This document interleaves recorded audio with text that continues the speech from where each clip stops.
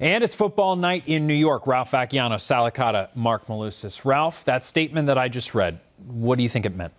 I think it was a message to the fans and to the media to stand down and leave us alone until January 1st when we'll make our decision on Ben McAdoo.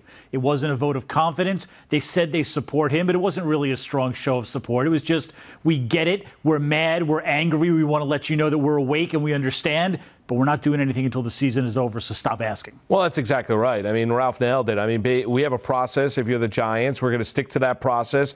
We don't fire guys during the course of the regular season. You have to go back to 1976, the last time they did that in terms of a head coach. We understand the performances are inexcusable. You saw that in the statement as well. The fact, though, does remain is what we leaked out last week still rings true. Even after an embarrassing loss to the 49ers, we're going to stay the course. We'll evaluate the entire organization after the year. Yeah, I like the fact that they released the statement so now people could stop asking and stop waiting for it to happen, but it should happen. I mean, I'm not an advocate for firing an NFL coach in season. I understand that there's not much benefit to that, but this has gotten so bad so fast here with this team. There are 7 weeks to go. It's not like there's 3 weeks and you can just ride it out. You got to deal with this for 7 weeks knowing that the axe is coming eventually on McAdoo. I respect the statement. I understand the organization. I think it's a mistake not just cutting bait with him now. And that's the one problem with the statement is that things can still get worse. A couple of weeks ago, we didn't imagine they'd lose to the winless 49ers.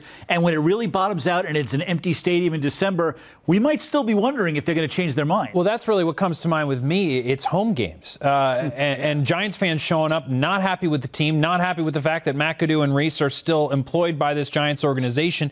Do you think, even though it was the Giants' way, that it was the right call to wait until the end of the season? Yeah, because I look at the cost-benefit analysis. Who am I going to put in? Spagnuolo, the defense has been atrocious. Sullivan, I mean, he's now going to coach this team, get the players to react. I mean, I'm also going to not also react to the players. I mean, there's got to be some sort of professional pride here. And I get the lack of connection between McAdoo and this team. I also don't want to listen to the fan base. And if I'm Marin, I'm Tish, I'm going to go about doing it my way.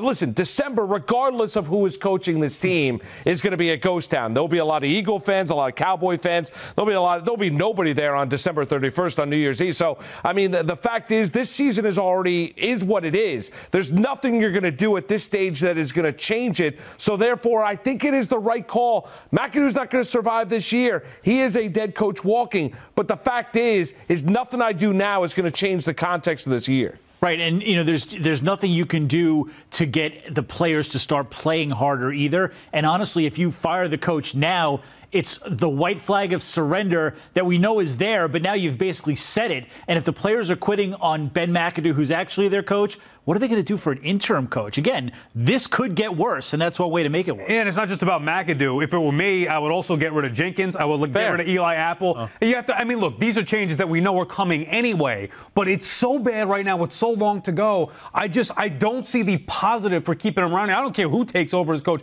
Let somebody else run the team just so you get that negative cloud and week to week, day to day nonsense that we deal with McAdoo, but also the players are at fault here. I never want to let the players run things. I would get rid of Jenkins immediately and Apple as well. It's interesting, so you mentioned that because you talk about Jerry Reese and his murky future. Those would be 2 big blows to his resume, a first-round pick and a huge contract that they gave to Janoris Jenkins. Both things right now on this team, they look like really the downside of this team is that secondary. Ralph Vacchiano, Salicata, Mark Malusis, guys, thanks.